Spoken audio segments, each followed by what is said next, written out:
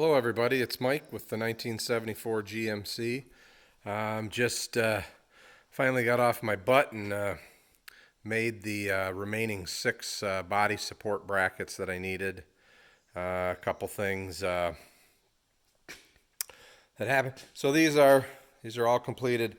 You'll notice that these are I had to weld a pad on the end. I got a little bit ahead of myself and I welded them in a 90 degree with a 90 degree magnet jig, and I checked them shortly after I welded them and they were good, and then the next day I went and just started welding the side plates in, and when I was done with the second one I noticed that there was a little bit of a problem. So there you can kind of see what happened. The weld, as it cooled, pulled those plates together, and I should have known better. I just didn't check it, but you can see kind of the gap.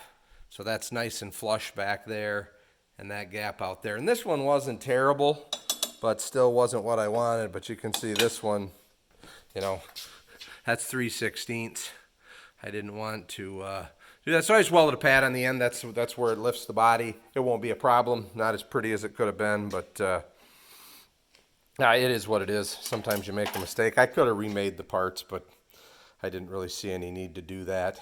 These first 2 I welded, you'll see, just have a single hole in the side plate, and the rest of them have a hole that was based on the 3 holes that I needed. And I just basically made a template, drag template for my plasma cutter, and that's how I did it. I just dragged around. So this is about a 1/4 inch bigger than it needed to be all the way around, and that's to allow for the drag tip to fit in there. So all of these have that hole straight through them. These have just a single hole, and that's for the brake line. The brake line's basically going to mount right to that. Where these 2 are going to go is where those were mounted, which are the emergency brake cable supports. And so now this becomes its dual purpose. It's supporting the body and the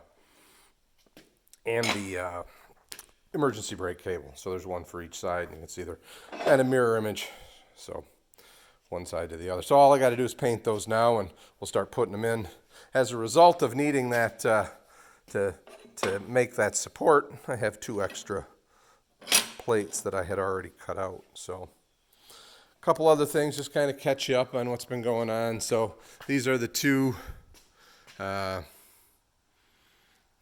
doors that I got, and they weren't exactly perfect, but they were way better than mine. There were no breaks up by the hinges, no cracks in the louvers and all of that. So this one just had a little bit of trouble on the corner, and you can see I've built up a nice thickness of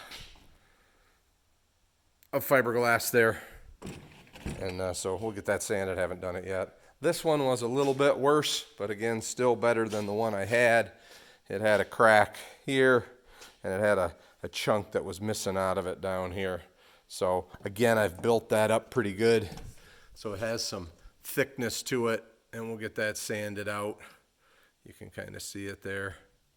So, and I've got matte front and back on all the cracks. It's nice and solid now. So just a little sanding and a little filler, and that'll be good to go. The other thing that I did is I did some painting, you know, and you can see I've got it masked off up there. Basically the front cap and the rear cap I painted basically to take care of the 2 areas on the windshield lip that I fixed, and then the whole roof was just kind of not in very good shape. So I sanded it all down. First washed it down with some Scotch-Brite pad and water, just kind of cleaned it up, and then I sanded it with a pad sander, and eventually to about 120, leave a little grip for some paint to stick, and kind of did some of the same stuff back here. Actually, there's those 2 spots. If you remember from an earlier video, there was a hole right here that I patched, and that's probably the area that came out the best.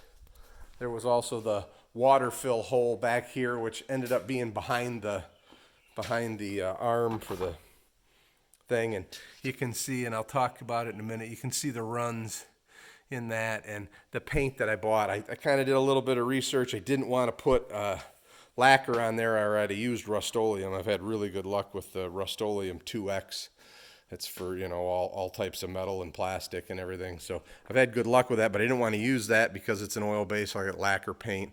I wanted an enamel so that I didn't necessarily have to sand it all off when it was time to really do this, which hopefully will be next year.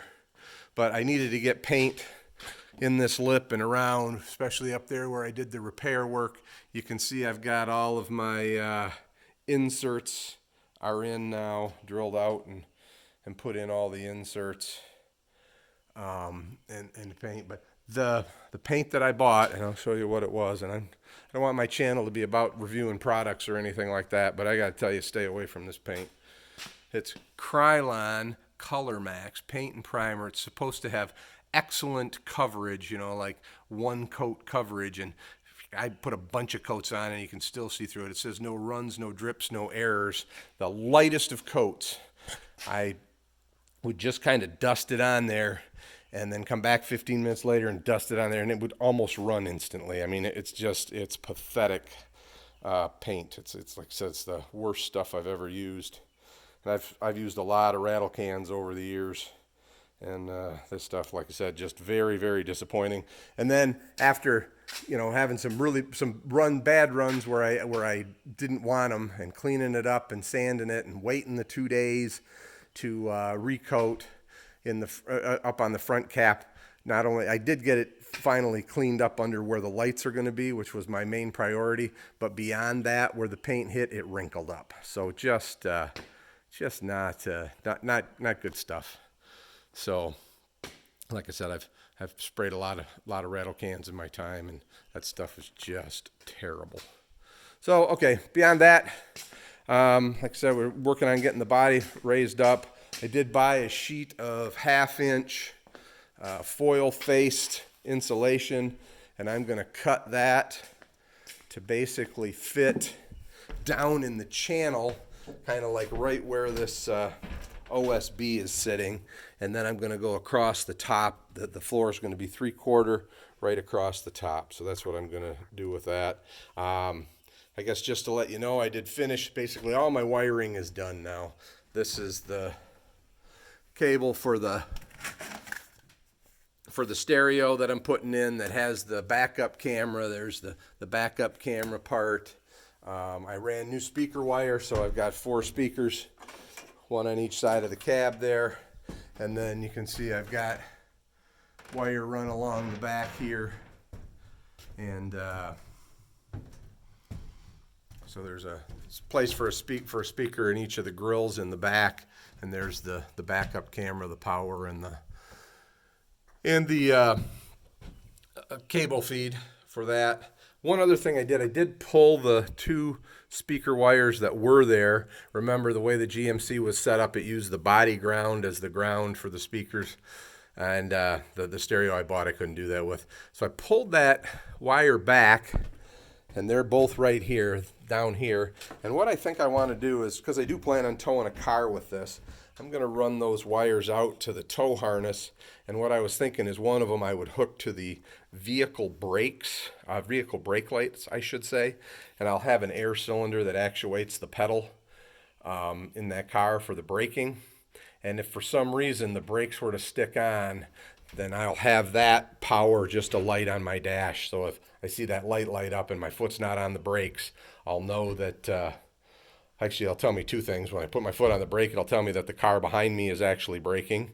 And it'll also tell me if when I lift my foot, if for some reason the brakes are stuck, so that I don't drag the car with the brakes on. So pretty close now to, like I said, doing some floor work, starting to put that insulation in, get the dash back in, get the windshields back in, and get moving. So can't think of anything else to kind of report out that I've done, but oh yeah, I did while I was doing the fiberglass work, just quick, I did fix all of the, and actually I left one of these one of the clamps on just to kind of show you what I did. But so where the inner wheel wells mount to the fender, I've basically, let me get, you can see, oops, get back here.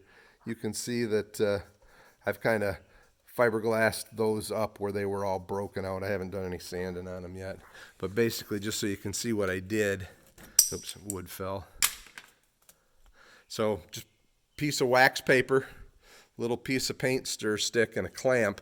And first I did the inside and clamped it with the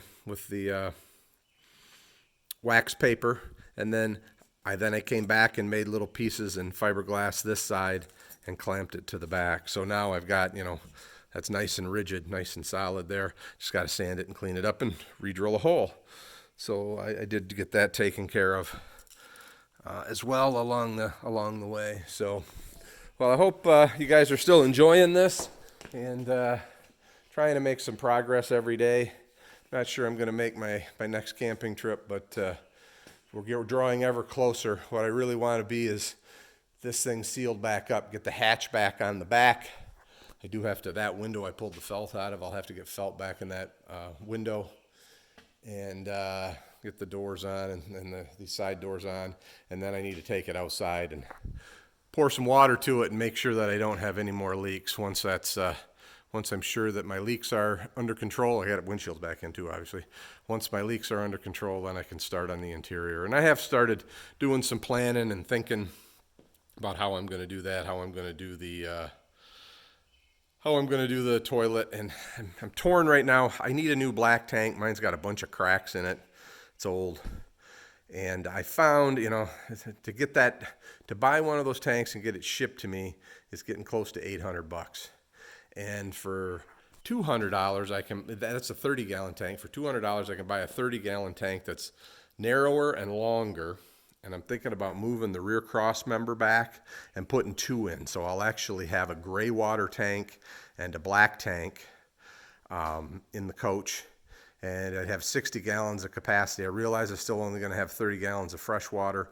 But being as you start out with water in the black tank anyway, and if you were camping for a week, it's a heck of a lot easier to take a 5-gallon can over to a well or a fill-up area and add fresh water than it is to try and empty the boo-boo tank and drag it over there, or I guess you can drive the vehicle over there and empty it and then drive the vehicle back and set back up. But just thinking, I got to replace it anyway. Why not maybe go with a little bit bigger tanks and go to a freshwater gray water system like all the modern stuff has. So, we're just trying to extend the lives of these things and have some fun along the way. So everybody have a great day. Talk to you later. Bye.